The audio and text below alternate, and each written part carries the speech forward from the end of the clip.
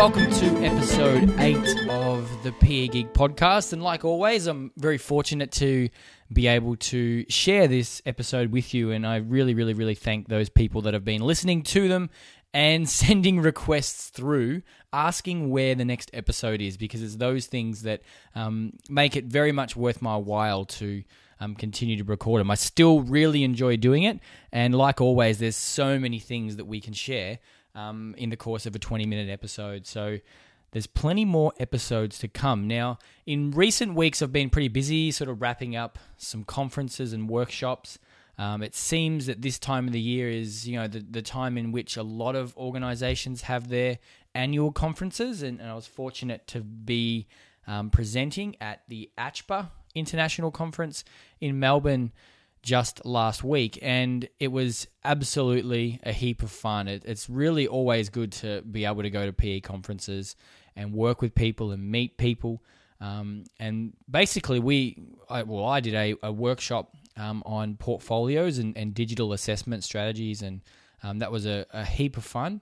I actually was fortunate enough to be able to present with Mark Collard of playmeo.com, and he basically facilitated a lot of the different games and activities that he is famous for. And all those games and activities are like the games you can play with no props, no equipment, etc. And there are lots of sort of, interpersonal development games. So I reckon you should go and check out his website, which is playmeo, playmeo.com. And you'll find there is literally hundreds of games that are guaranteed to be fun, and and teach different things that you might want to get across with your students. So I was fortunate to run a session with him, and the other session I did was titled "It's Now Possible," and it was basically a look through the things that we couldn't do, a couple of years ago, and what we can do now.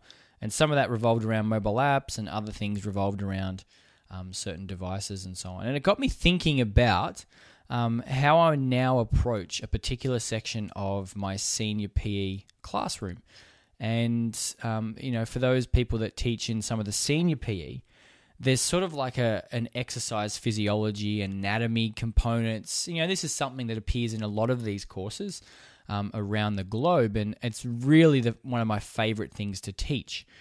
So this episode is going to be looking at those different tools and the different apps and things that you can use to sort of teach and get across some of these exercise physiology concepts. It's very much based around that whole idea of, it's now possible. And, previously these are tools that were probably reserved for, universities and so on, but we can get the net effect of those tools in our PE classrooms for basically next to nothing. So yeah, we're going to strap in and have a look at a heap of different apps and a lot of different tools that you can purchase, and some that I've just recently made purchase of myself, looking in anticipation for the parts of the course next year that I'll be able to use them in. So let's dive right into it.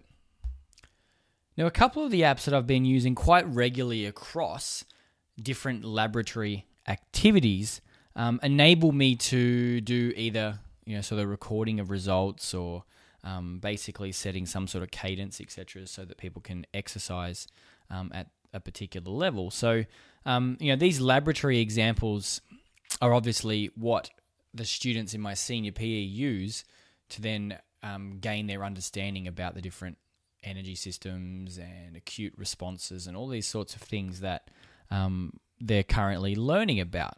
And the first app that I use, and I've used it for so many things, not even just in this particular senior PE, but it's Pro Metronome. Now, it's a free app, and you can get it at the pegeek.com/metronome. And essentially, it's just a metronome app. It has a really cool interface. You can speed it right up to, I think I can't even remember how high it goes. But, we used this recently in one of our labs, and effectively we had the students doing step up. So they were stepping up and down onto a box. And they were doing that I think we started at 40 beats per minute. So they were literally, it was pretty slow. They were stepping up, and each leg was in time with that particular cadence. However, at the end of every minute, we would increase the tempo, and I think eventually we got up to about 80 beats per minute. We went up by 10 beats per minute intervals. And what we were doing is we were looking at it the changes in heart rate, and we're looking at the changes in, respiration rates, skin temperature, etc. So a lot of opportunity there to explore those sorts of things, talk about the acute responses and energy systems and the different things that are happening internally in terms of the body. So great app, can definitely be used for more than just, the acute, a laboratory setting. It's obviously used for anything you want to keep time with, but I really like it. It's definitely not the only metronome app, but I just love the way there's really simple interface. Basically like a click wheel that you just move around and you can speed it up as quickly as I've seen in any other app like it. Now, another one that is really become quite popular, and it's an app that I've blogged about before, but never really shared as much as it probably deserves. And it's an iPad app only, and it's called Result Tracker. Now, Result Tracker you can pick up at the pegeek.com/result. It will redirect you to the App Store. And basically, it lets you track the results for anything you can possibly imagine.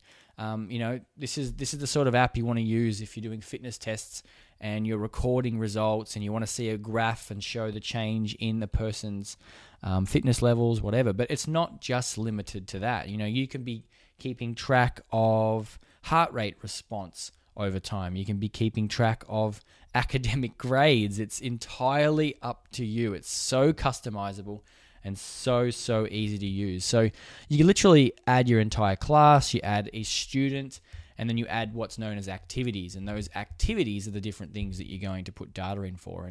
And they can be measured in centimeters, in meters, feet, inches, time, numbers, whatever you like.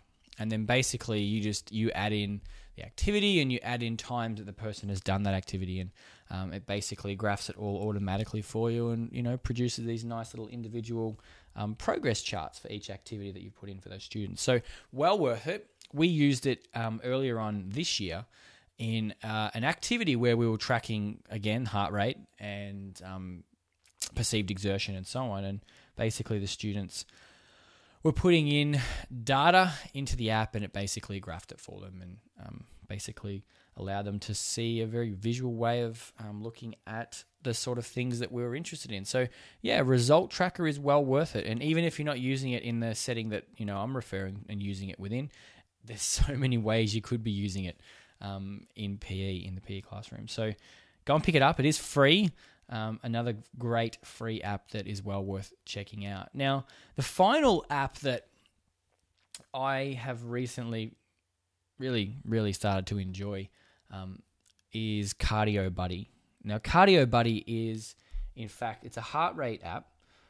It uses the camera, the front-facing camera, and basically you launch the app and you stare into the camera. And you hold it nice and still, and it will track your heart rate. And it does it with such a high level of accuracy. It continues to perplex me. And the way it does this is via tracking your forehead and your cheeks and the capillary refill rate, and sort of attributing that to a heart rate. So as we know, every time our heart beats, blood rushes to the extremities, and we get a little bit darker, a little bit more brighter red. And then obviously capillary refill fades away again, and then you can sort of use that to determine a heart rate, which is pretty astonishing, really, and again indicative of what is now possible that was not possible previously. So Cardio Buddy has found its place in my classroom. Sometimes we just want to be able to take a heart rate. We don't have to get set up with heart rate monitors and so on, and we just use Cardio Buddy. And one of the really cool things about it is, if you don't have access to heart rate monitors, this is a way to get around it. And it does it with a really good level of accuracy. I mean, like, I've wore my heart rate monitor before and then used this app and made a comparison. And they're within a plus or minus 2 beats per minute range. So in terms of what we're trying to do in a PE setting in a school, this is great. No, it's not sufficient if you're in a laboratory setting and you're trying to get research data or something like that, obviously. But for what we're trying to achieve in PE, it's absolutely great. And it's the more accurate it is sort of related to how light the room is. So if you're in pitch black darkness, it is not going to work. But if you're in a well-lit room, and you're staring into the camera and you're nice and still, it will work and it will tell you your heart rate, and you can use that data to sort of explore whatever it is you're trying to look at.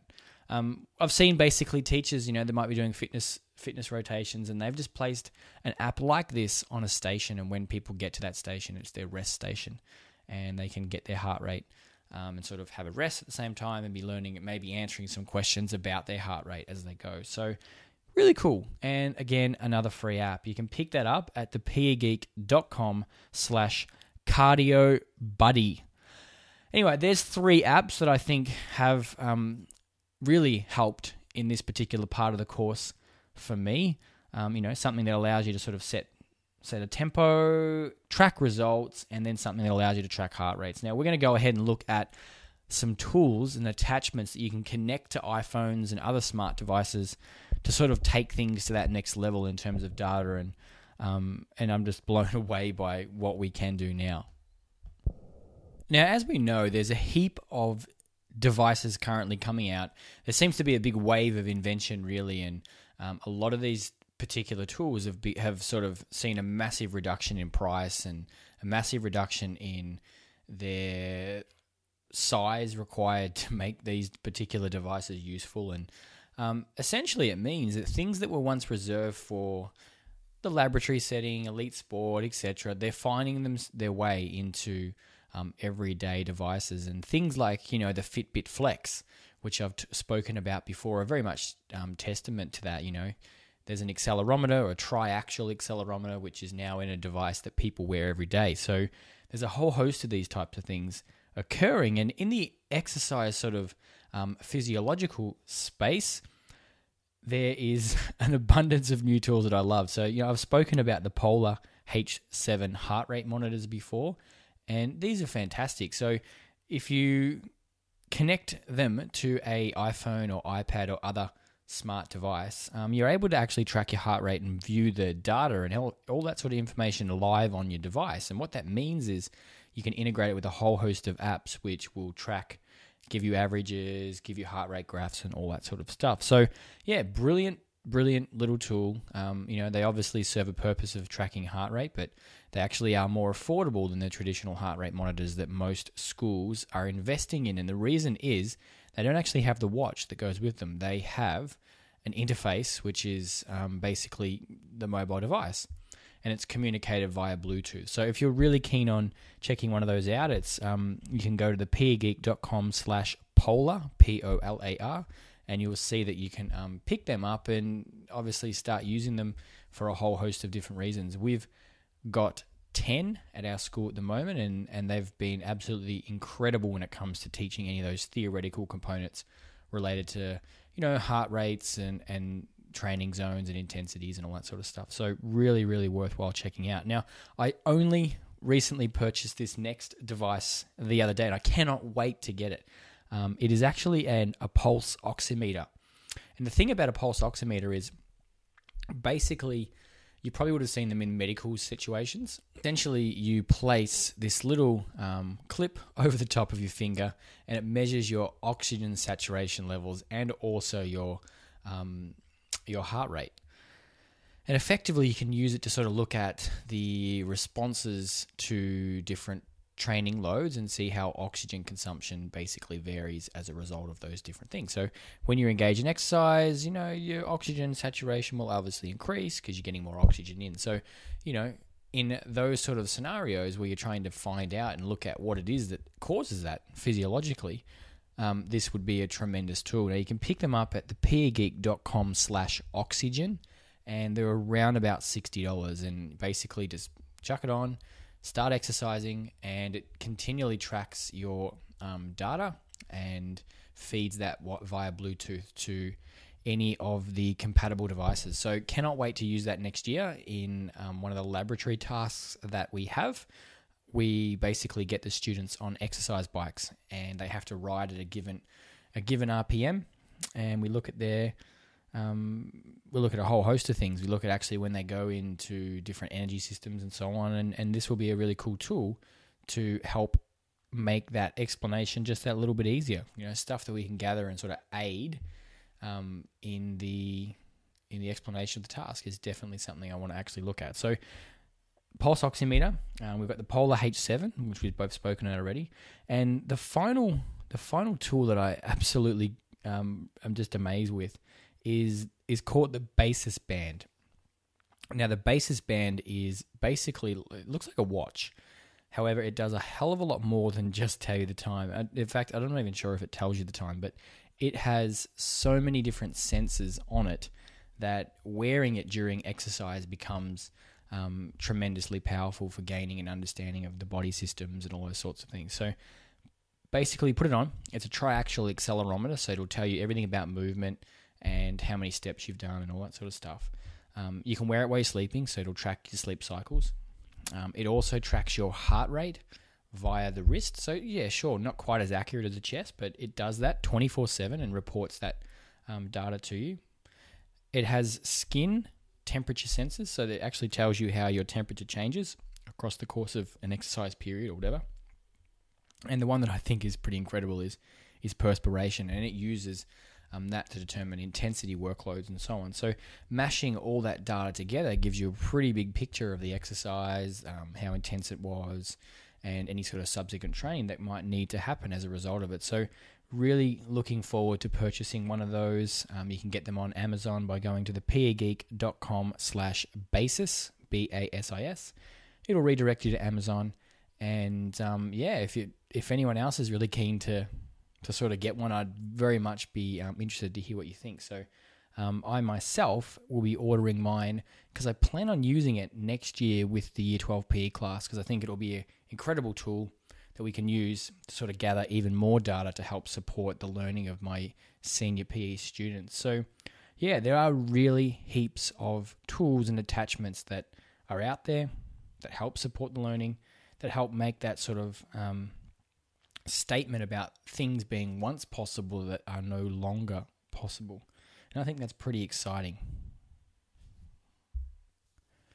Now, in the next few weeks, we're going to be focusing our podcast episodes around particular themes. So if today's theme is around exercise physiology and some of the tools and situations and so on that you can use these different tools within, then the following weeks will be following that same type of theme. So the next episode, we'll be looking at fitness testing and a whole host of tools that you can use to sort of augment and have that sort of happen in your classroom. So be on the lookout for episodes related to different themes as we move into the latter parts of this year and early into 2014. On another note, very excited to be well underway with organising the PE Geek tour of New Zealand. So anyone who's listening from New Zealand, you can come and join me in a workshop by visiting the pegeek.com/NZ tour. We're currently going to be visiting 3 cities, Auckland, Christchurch, and Wellington, and registration is filling up fast, so you may want to go and jump on board and make sure you don't miss out. So I look forward to catching up with those people. I've also gone and launched a workshop in Seoul in January, so if you're interested in coming along and checking out Google Apps and how they work in the PE environment, you can go and find out more at the pegeek.com/Seoul. Now, enough on the workshop front. Particularly interested in sharing the work of a teacher who is definitely contributing in so many ways to the physical education space, not just online, but in through the work he does personally in his own classroom. And I've actually had the fortune of meeting him before, and he is Nathan Horn, who currently lives in Singapore, international school that he works in, and actually runs the website iphysed.com. Now, he himself is an Australian, actually from Tasmania, and doing some tremendous things. And it's always great to actually have his tweets pop up in my feed. And in fact, he's actually one of the only people that I actually have a dedicated column for on my Hootsuite, so that I can actually see everything that he does, really. That's not stalking Nathan or anything, but just putting out there that how much value he does provide to the community. So if you don't already follow him, go and check out iphysed.com, and I guarantee you'll be finding some things of interest. So that's all for episode 8. I look forward to seeing you in episode 9, and until then, have fun, keep learning, And yeah, see you next time. Bye.